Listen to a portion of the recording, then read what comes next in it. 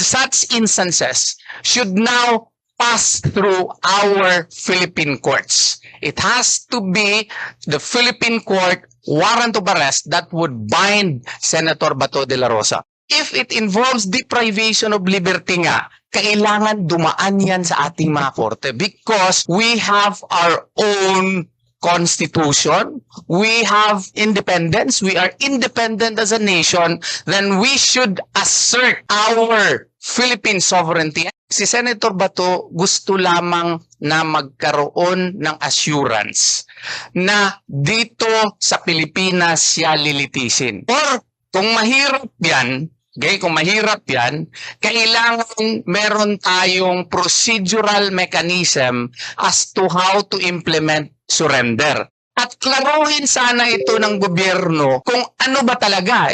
All actions seem to point to the fact na yung nangyari noon kay PRRD ay gagawin na naman nila ngayon based on executive discretion, based on the foreign affairs power on the part of the president. Maling-mali nga yun.